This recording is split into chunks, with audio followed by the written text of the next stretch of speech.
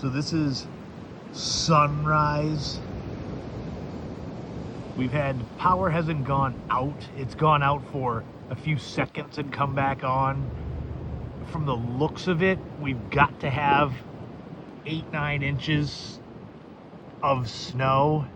The wind is howling. There's the road.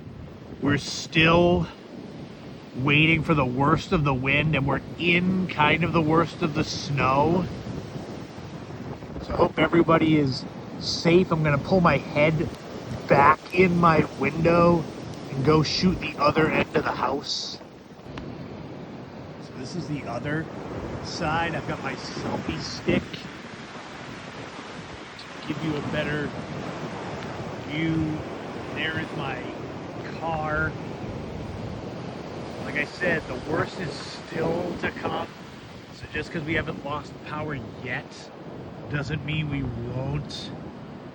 I might go outside for real later on, but I think this is good enough for now. Give you a little bit of lay of the land on Cape Cod.